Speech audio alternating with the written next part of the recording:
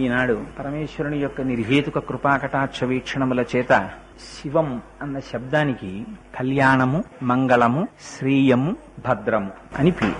ఈ నాలుగు మాకు అక్కర్లేదనేటటువంటి వాళ్ళు ఎవ్వరూ మనుష్యులు ఉండరు. ఎందుచేత అంటే ఎవరికి తెల్లవారి లేస్తే శుభం అక్కర్లేదు, ఎవరైనా సరే మాకు శుభం కావాలి అని కోరుకునేవాళ్ళే. ఎవరు మాకు మంగళం అక్కర్లేదనేవాళ్ళు, ఎవరు మాకు భద్రం అక్కర్లేదనుకునేవాళ్ళు, ఎవరు మాకు శ్రేయస్సు అక్కర్లేదనుకునేవాళ్ళు. అందరికీ కావాలి. అది ఇయ్యగలిగినటువంటి వాడెవరున్నారో వాడికి శివ అని పేరు. ఆ శివస్వరూపం 3 రకాలుగా ఉంటుంది. అదే ఒకటి ఈ కంటి చేత దర్శనం చెయ్యడానికి వీలు లేనటువంటి స్వరూపం. అది కేవలం జ్ఞానము చేత మాత్రమే గుర్తెరుగబడేది. అది చైతన్య స్వరూపమై అంతటా వ్యాపించి ఉండేటటువంటి స్వరూపం. అది ఆ చైతన్యము లేనినాడు అసలు ఆ చైతన్యము తప్ప వేరొకటే ఉంది కనుక ఆ చైతన్యము చేత సమస్త జగత్తు ఆవరింపబడి ఉంటుంది. ఇంకా రెండవది సాంబశివ స్వరూపమని. మనకి తల్లిదండ్రులు ఎలా ఈ కంటితో దర్శనం చేయడానికి వీలైనటువంటి స్వరూపంతో మనం ప్రతిరోజు దర్శనం చేసి ఆనందం అనుభవిస్తున్నామో అలా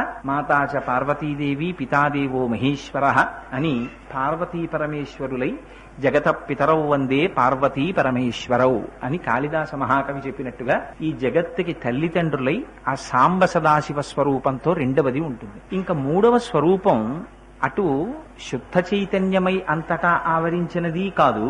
సగుణ నిర్గుణాసాతు ద్విధాప్రోక్త మనీషుభి సగుణ రాగిభి సేవ్య నిర్గుణాతుర్ విరాగిభి అంటారు వ్యాస భగవానుడు దేవీ భాగవతంలో.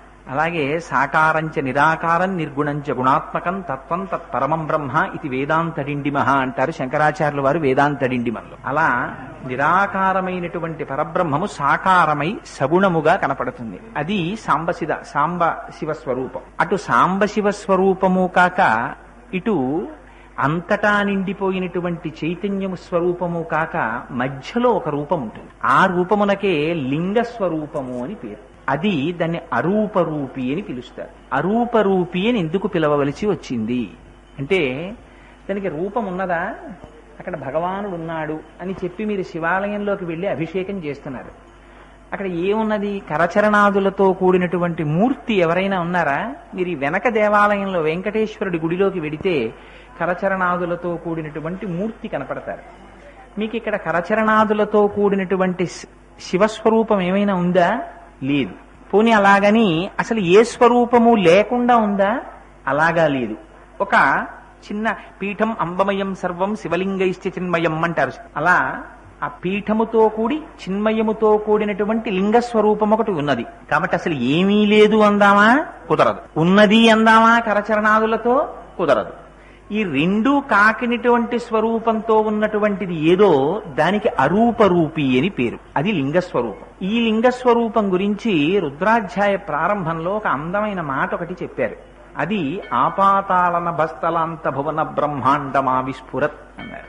అది జ్యోతిస్ఫాటిక లింగ అన్నారు. అది జ్యోతిర్లింగం. మనం జ్యోతిర్లింగాలు అంటుంటాం. జ్యోతి అంటే అపారమైనటువంటి తేజస్సు. ఆ తేజస్సు కంటిని తొందరగా ఆకర్షిస్తుంది.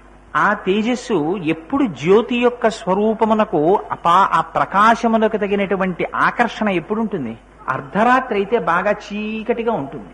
బాగా చీకటిగా ఉన్న సమయంలో ఆవిర్భవించేటటువంటి జ్యోతి యొక్క ప్రయోజనము మరింత ఉపయోగకరంగా ఉంటుంది. అందుకని ఆ లింగాకారం ఏర్పడడం కూడా, ఆ లింగోద్భవం కూడా ఎప్పుడు జరుగుతుంది? అర్ధరాత్రి వేళ మాత్రమే జరుగుతుంది.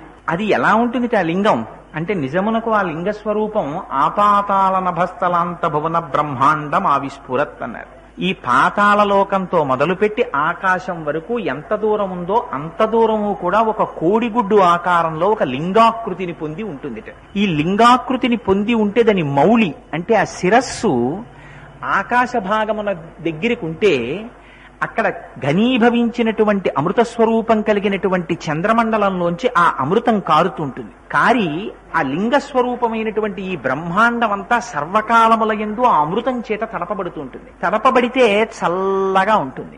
ఇలా ఆపాతాళన భస్తలాంత భువన బ్రహ్మాండమా విస్ఫుర జ్యోతిస్ఫాటిక లింగమౌళి విలసత్పూర్ణేందు వాంతామృతై ఇలా నిండిపోయినటువంటి జ్యోతిస్వరూపమైనటువంటి శివలింగం ఏదైతే ఉందో ఆ శివలింగమునకు ప్రతీకగానే ఇక్కడ మనం లింగాన్ని పెట్టుకున్నాం.